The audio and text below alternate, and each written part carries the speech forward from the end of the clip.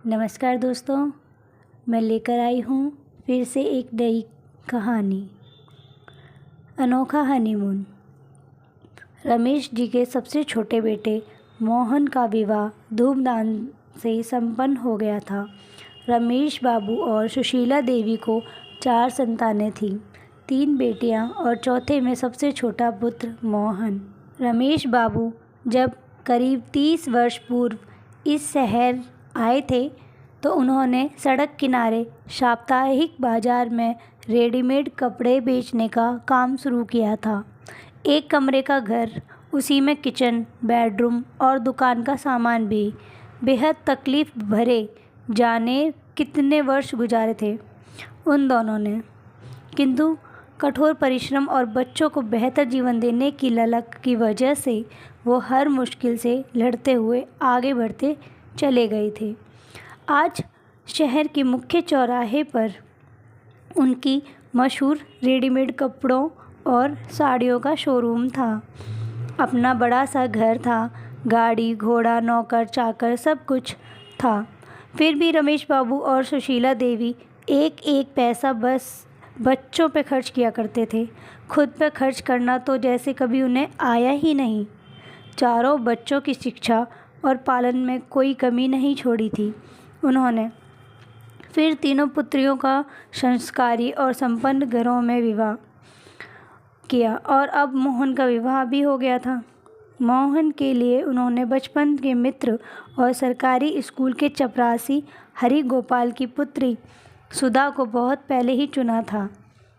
मोहन भी सुधा को जीवन साथी के रूप में पाकर बहुत खुश था।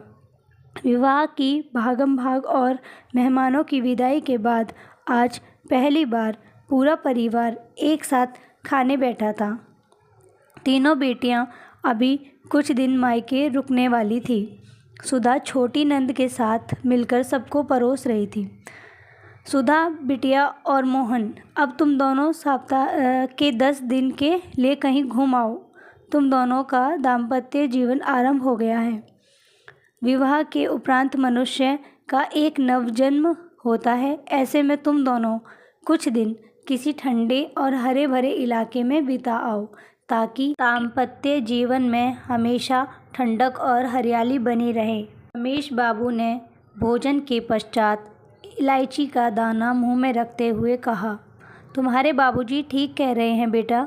दुकान और घर की फिक्र छोड़कर तुम दोनों कुछ दिन बाहर घूम आओ। सुशीला देवी बेटे की तरफ देखते हुए कह रही थी। माँ, बाबूजी, आप दोनों की अनुमति हो तो मैं कुछ कहना चाहती हूँ। सुधा नज़रें नीची करते हुए बीच में बोल पड़ी।